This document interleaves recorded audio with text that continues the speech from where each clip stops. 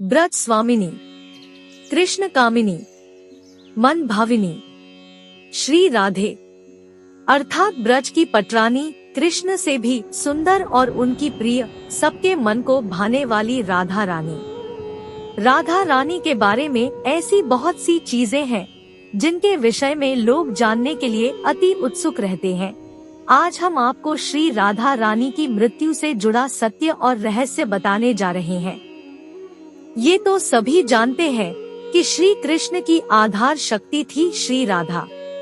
कृष्ण के जीवन में उन्हें सर्वाधिक मात्र दो ही चीजें प्रिय थी, एक तो उनकी बांसुरी और दूसरी राधा रानी। माना जाता है कि कृष्ण की बांसुरी से तब तक मधुर स्वर नहीं निकलते थे जब तक श्री राधा रानी बांसुरी को अपने होठों से न लगा ले।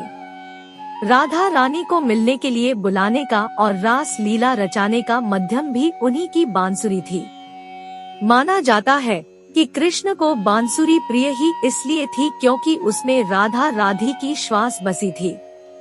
इसी कारण से कृष्ण अपनी बांसुरी को हमेशा अपने पास ही रखते थे और अन्य किसी के हाथ में नहीं देते थे। कथा के अनुसार जहाँ एक और धर्म की स्थापना के लिए श्री कृष्ण ने मथुरा छोड़ा तो वहीं राधा रानी कृष्ण विरह में प्रतिदिन उनकी पूजा करते हुए समय बिताने लगी। एक समय वो आया जब राधा रानी के पिता ने उनका विवाह किसी अन्य यादव से करा दिया और श्री कृष्ण का विवाह भी देवी रुक्मणी से हो चुका था।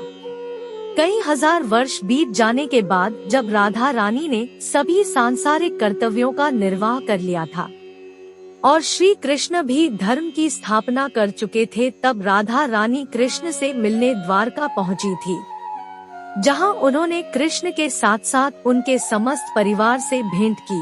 राधा रानी कुछ समय द्वारका ही रुकी, मगर बाद में कृष्ण भक्ति में और भी लीन होने के लिए उन्होंने द्वारका के पास ही वन में अपना स्थान बना लिया।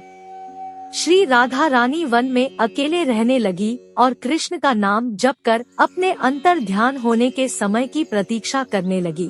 आखिरकार वह समय आया और कृष्ण ने राधा रानी को पुनः दर्शन दिए।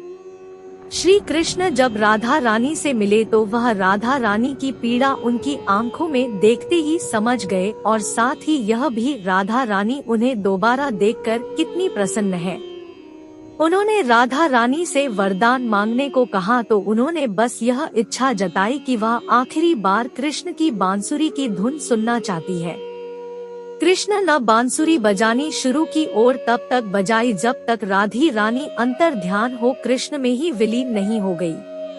कृष्ण की बांसुरी की धुन सुनते सुनते राधा रानी ने अपना सांसारिक शरीर त्याग दिया और गोलोक में जा पहुंची, जहां से द्वापर की प्रेम लीला का आरंभ हुआ था और कृष्ण का इंतजार करने लगी।